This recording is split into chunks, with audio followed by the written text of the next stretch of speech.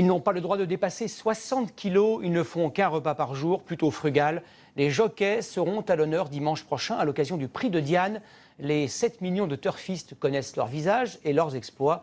Les autres vont découvrir des athlètes qui pratiquent l'ascèse et s'entraînent comme des champions. Reportage Poids-Plume signé Antoine Habert et Frédéric Mignard. L'effort est intense. Quelques secondes pour un tour de piste. Mais l'entraînement est bien plus long. Pour Frédéric Spanu, c'est un footing chaque jour. 45 minutes avec pour seul objectif perdre du poids. Entre 800 grammes à 1,5 kg, voire des fois plus. C'est pas la performance, c'est juste perdre. Tous les jours, c'est un combat. Depuis 20 ans, il s'inflige une discipline de fer. Course à pied, séance de sauna et surtout un seul repas quotidien. Salade et jambon aujourd'hui. Je suis réglé comme ça me convient. Les professionnels du régime vont dire « Oh là là, c'est peut-être pas ce qu'il faut faire ». J'ai presque 20 ans de recul de ce côté-là et je suis plutôt en bonne santé. Si Frédéric Spanu fait autant de sacrifices, c'est parce que les règlements sont très stricts.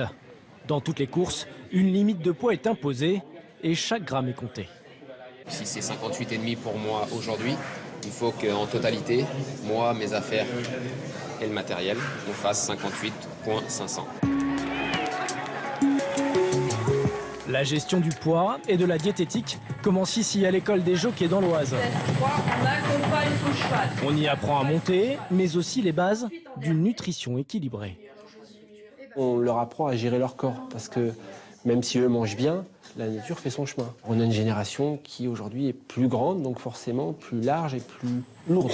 L'école doit aussi former de futurs sportifs de haut niveau, capables de s'entraîner seuls et d'enchaîner les efforts. Il y a de plus en plus de courses, donc de plus en plus de pression, le rythme, les voyages. Et ça fait aucun doute, hein, ça use. Avec 7000 courses par an, les réunions ne s'arrêtent jamais.